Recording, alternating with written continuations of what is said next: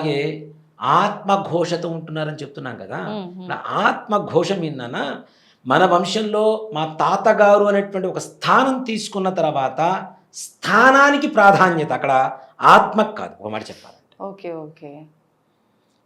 అక్కడ స్థానం ఇచ్చాం కదా, ఆ స్థానానికి ప్రాధాన్యత.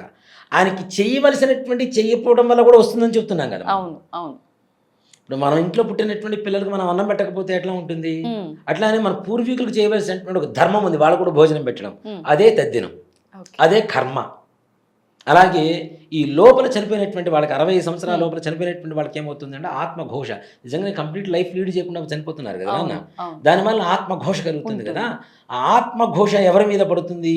వేరే ఇంట్లో ఇంకో చోట ఏదో కుక్క రూపంలోనో, నక్క రూపంలోనో, ఇంకో రూపంలోనో, ఇంకో చీమ రూపంలోనో ఎక్కడో చోట పుట్టారు, కాదని చెప్పను. కానీ మన తాతగారిని మన తాతగారి పేరే చెప్తున్నాగా, ఇంకో వాళ్ళ పేరు చెప్పడం లేదుగా. చీమ రూపమో కుక్కగా పుట్టారో మనం చెప్పుకోవటం లేదుగా. మనకు గుర్తున్నంత వరకు ఏంటి, ఎంతసేపటికి మా తాతగారు అంటే ఈయన పేరు ఇలానే ఉంటాడు. ఆయనకి చేయవలసినటువంటి ధర్మం ఏదైతే ఉందో ఆ ధర్మాలు తప్పటం వల్ల ఇట్లాంటి దోషాలు వస్తాయని చెప్తూ ఉన్నాం. కాబట్టి అక్కడ స్థానానికి ఇస్తున్నాం, అక్కడ వ్యక్తికి కూడా కాదు. ఓ మాట చెప్పాలంటే మన తాత, ముత్తాత గారి నాన్నగారు, వాళ్ళ నాన్నగారు వాళ్ళకి ఇస్తున్నటువంటి స్థానానికి చేయవలసినటువంటి పితృకార్యాలు, ధర్మకార్యాలు ఏవైతే ఉన్నాయో వాళ్ళకి చేయటంలో మన వంశంలో పుట్టినంత వరకు మనం చేసుకోవాలి.